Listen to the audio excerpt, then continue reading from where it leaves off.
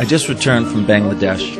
I thought you'd like to see how your donations are making a difference in one of the world's poorest countries. I have to confess, I've never had any desire to go to Bangladesh, but it is 6th in the world in cleft births, so off I went. It was even poorer than I had feared. In a country slightly smaller than Iowa lived more than 147 million very poor, very frustrated, very unlucky people. 1/3 of them live on less than $1 a day.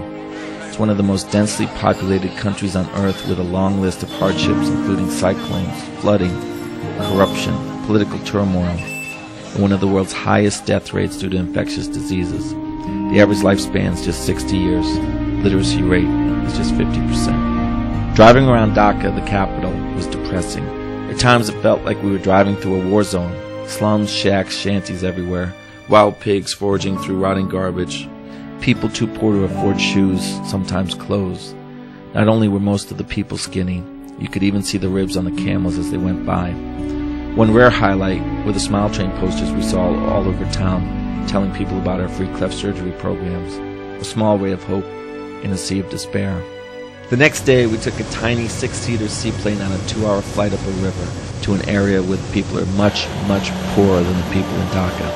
How could that be possible, I asked myself. In this rural area, the poverty is so bad, the only way to help the sick and the disabled is to bring your own hospital, and that's just what our partners have done. They have turned a simple barge into a floating hospital called Jabon Tari, which means literally floating lifeline. The brains behind this idea is a remarkable man named Mansoor Chowdhury. He's spent his entire lifetime helping other people, which is even more impressive when you meet him and learn that he is completely blind. In addition to helping hundreds of children with clefts, Mansoor and his floating hospital have helped tens of thousands of children and adults suffering with all kinds of disabilities. Don't let the outside fool you. The Jabon Tari has excellent state-of-the-art surgical facilities. The only problem is attracting surgeons to come and work on the boat.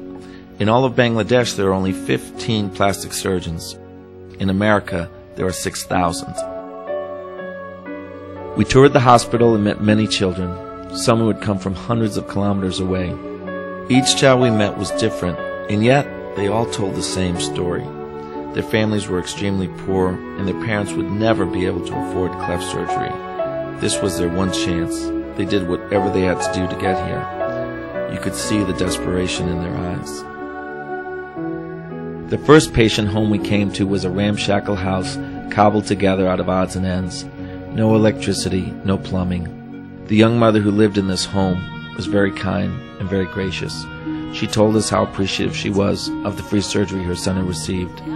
"Thank you for making my son beautiful," she told us. Everywhere we went, everyone we met, was very warm and welcoming, especially the children. We met hundreds of children that day. Each one had a big smile, but not much else. I wondered if any of these kids really knew just what the future held for them. The next thing I knew, I was on a plane headed home. It had been a very successful but exhausting trip. We visited 5 partner hospitals, met with dozens of surgeons, doctors, administrators, hundreds of patients, parents. The only thing left was a brutal 17-hour non-stop plane ride home. If you've sent us a donation recently, I thank you. Please rest assured that your generosity is making a difference in places like Bangladesh and 60 other of the poorest countries in the world. I hope this report makes you glad you got on board the Smile Train. If you haven't sent us a donation in a while, please consider it. Every year, 200,000 new babies are born with clefts in the poorest areas of the world's poorest countries. Most of these kids never have a chance. They need our help, and we need yours.